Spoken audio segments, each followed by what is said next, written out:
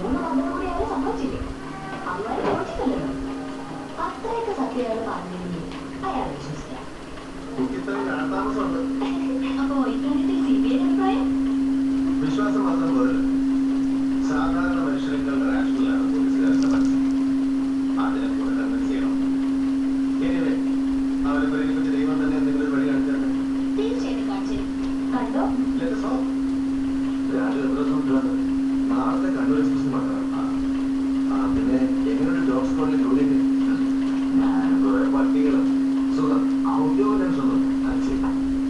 ഒരു കണക്കിന് ഈ പട്ടികളുടെ കമ്പനിയാ പറഞ്ഞത് നല്ലത്. കഴിഞ്ഞ ദിവസം അലക്സിന്റെ കത്തുകൊണ്ടു. നമ്മുടെ കേരളകാലത്ത് അവർക്ക് ഉറപ്പായി പെരുമാറിയിട്ടുണ്ടോ? അത് മാറ്റി വെക്കും. എനിക്കറിയാം, ഞാൻ അഡ്രസ്സുണ്ട്.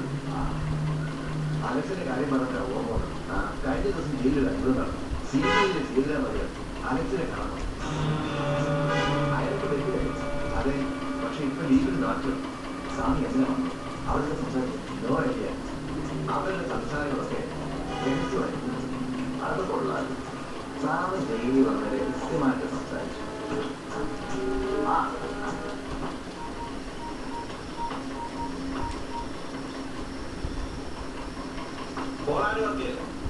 എവിടെയാണോ സ്ഥലത്തടുത്തല്ലോ നന്നായി തന്നെ എനിക്കൊന്ന് നേരിട്ട് കാണാം.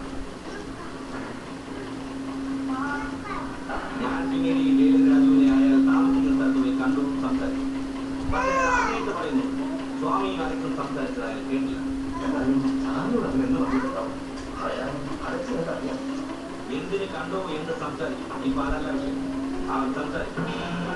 കേട്ടത് സേതുരാമൻ ആറാമിനെയുള്ളവനാണ്. എന്റെ അച്ഛൻ വേദ കുറെ മുട്ട് മടക്കിയിട്ടുള്ളതാണ് അയാൾ. ഈ CBI എന്ന് പറഞ്ഞാൽ ഞങ്ങൾ പോലീസുകാർക്ക് പുല്ലുവിലയാണ്. പക്ഷേ സേതുരാമയ്യർ CBI എന്ന് പറഞ്ഞാൽ പ്രതിപക്ഷ ബഹുമാനം കൊണ്ട് പറയാൻ അടിപൊളി അടയാളെന്ന് പറയും.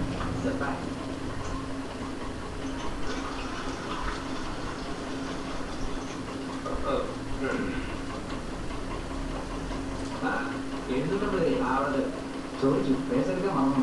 ഇപ്രാവശ്യം സാധനോട് വാങ്ങിച്ചോളാം. പേസെടുക്കാൻ മറന്നെങ്കിൽ പല വാച്ചോ മുതൽ ഒരു തരം പണയത്തിന് മാറി. ഇങ്ങനെ ഒരു ജന്മം കഷ്ടം. എനിക്ക് തന്നെയല്ല പേര് ആ ഉദ്ദേശത്തിന്. പത്തനയുടെ പേര് കേട്ടാലേ 10 ദിവസത്തെ പനിയായ പണ്ട് കുമാരപുരത്ത് ഒരു സ്വാമിയെ കണ്ടപ്പോൾ തുടങ്ങിയ വരെ ഇപ്പോഴും നിന്നിട്ടില്ല. എന്തുണ്ടായാലും അയാൾ വാ തുറക്കരുത്. അണ്ണാക്കിയ വെറുതെ മിണ്ടായിരുന്നു മാത്രം. സാറിന്റെ ബുദ്ധിയിൽ അതെന്ന് തോന്നുന്നു.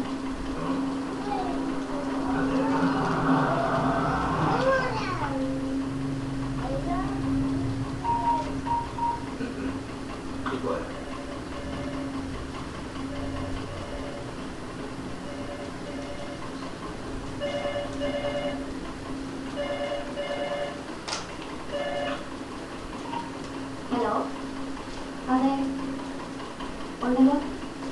കൊണ്ടോ ഏതൊരു ജേർണലിസ്റ്റാണ്. ഹലോ, ഞാനൊരു ജേർണലിസ്റ്റാണ്. ഒരു അത്യാവശ്യ കാര്യം സാറിനോട് ചോദിക്കാനുണ്ടായിരുന്നു.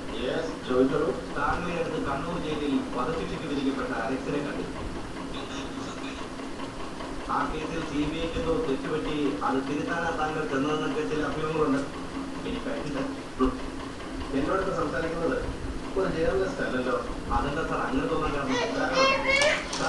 ജേർണലിസ്റ്റുകൾ മെയിൻറ്റെയിൻ ചെയ്യുന്നത് പരിചയമില്ലാത്ത ഒരാളോട് അത് ഒഫീഷ്യലായിട്ട് സംസാരിച്ചപ്പോൾ ആദ്യം തന്നെ പേര്, പിന്നെ താൻ റെപ്രസെന്റ് ചെയ്യുന്ന പേപ്പറിന്റെ വീഡിയോ എടുത്ത് അല്ലേ?